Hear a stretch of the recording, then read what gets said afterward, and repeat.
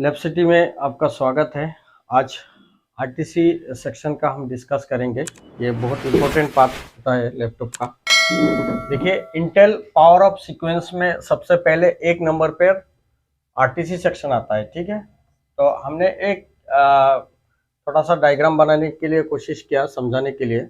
जो आरटीसी है इसका फुल फॉर्म है रियल टाइम क्लॉक, ठीक है। अब यहाँ पर देखिए, ये जो अंडरलाइन है ये यहाँ से जाके ऊपर ऊपर की तरफ गया है ना, तो इसको हम समझेंगे जीरो लाइन, लो भी बोल सकते हैं आप, ठीक है। जब यहाँ पर जब स्कीमेटिक में देखेंगे, जब ये ऊपर की तरफ जाके ये सीधा एक लाइन चला गया, इसका मतलब लो से हाई हुआ। ये 3.3 वोल्टेज इस आरटीसी सेक्शन को आपको मिलना ही है हर हालत में। अब ये वोल्टेज मिलेगा कहाँ से, ठीक है। 3.3 वोल्टेज मिलेगा कहाँ से, मैं आपको बताता हूँ। लैपटॉप में, हर लैपटॉप में आप देखिएगा एक बैटरी, छोटा सा कॉइन बैटरी, आरटीसी सेल कहा जाता है इसका, एक प्लस माइनस, ठीक है। इसका जो पावर है आपका 3.3 वोल्टेज इस बैटरी का पावर है, ठीक है। इसको आरटीसी बीसीसी भी आप बोल सकते हैं, ठीक है। ये जो वोल्टेज है, ये वोल्टेज ही आपको यहां पर मिलेगा। अगर आरटीसी आपका हाई नहीं हुआ, आरटीसी वोल्टेज 3.3 नहीं मिला, तो आपका लैपटॉप कभी भी ऑन नहीं होगा। क्यों नहीं होगा वो मैं आपको बताऊंगा। ये आरटीसी वोल्टेज का 3.3 आपको बताया था क्रिस्टल के बारे में। 32 किलो हर्ट्ज का एक क्रिस्टल लगा हुआ रहता है लैपटॉप में, ठीक है। अब यहाँ पर कैपेसिटर है आपका, ठीक है। आपको मैं बता रहा हूं, देखिएगा, ये आपका 32 किलो हर्ट्ज आपको एक्टिवेट होना ही होना, ओके। आपको पीसीएस को जाना पड़ेगा, ये कंपलसरी है, ठीक है। अब ये एक्टिवेट कब होगा, जब आपका ये हाई होगा 3.3 वोल्टेज। जब तक, ये बात को याद रखिएगा, जब तक 3.3 हाई नहीं होगा तो ये क्रिस्टल जो है एक्टिवेट नहीं होगा। अगर ये क्रिस्टल एक्टिवेट नहीं होगा तो आपका लैपटॉप कभी भी ऑन नहीं होगा, ट्रिगर नहीं होगा। तो सबसे पहले अगर डेड लैपटॉप आए, आपको 19 वोल्ट चेक करना है, और 19 वोल्ट एंट्री हो रहा है कि नहीं, वो तो आप पहले चेक कर लेंगे।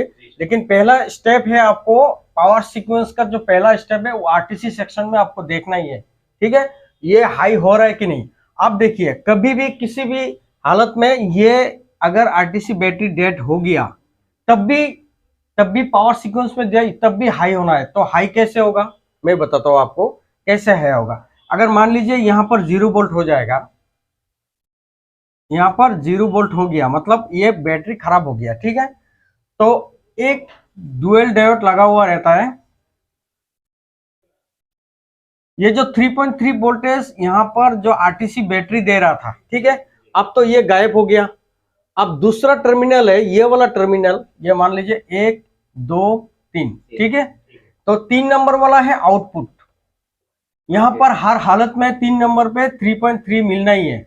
अब समझिए कि आरटीसी बैटरी खराब हो गया, 0 वोल्ट हो गया, तो यहाँ पर आपको कौन देगा, आरटीसी इसको मॉनिटर करेगा, ठीक है।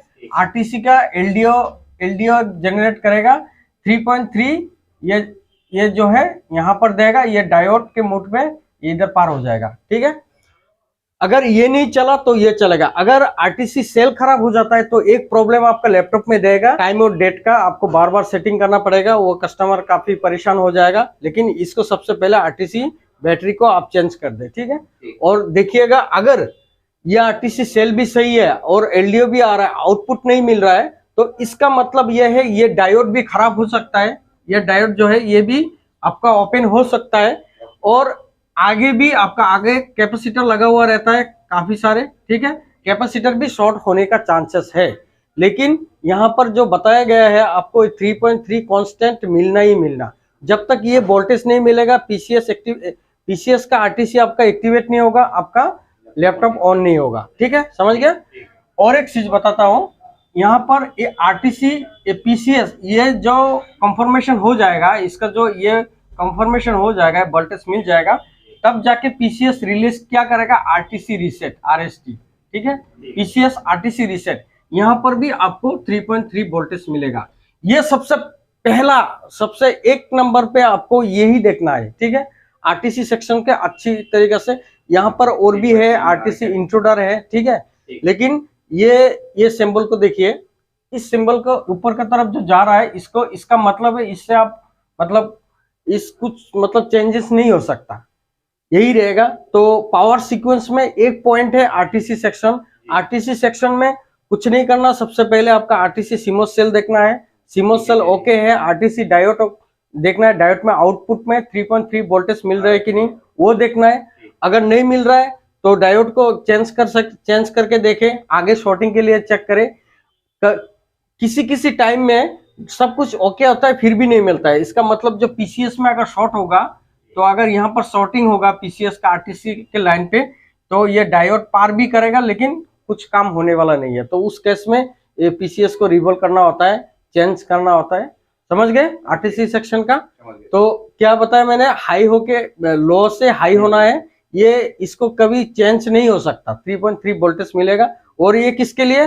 पीसीएस के लिए। और एसओसी में जो जा रहा है, ये पीसीएस एसओसी के अंदर डाल दिया है, तो उधर ही चेक करना है, वहां पर रजिस्टर होगा आपका, ठीक है। वो रजिस्टर में आपको चेक करना है 3.3 मिल रहा है कि नहीं। तो आई होप आप समझ गए होंगे। तो आरटीसी का और एक दिन क्लास होगा, आपको अच्छी तरीके से समझ में आ जाएगा, ठीक है। आज के लिए इतना ही है।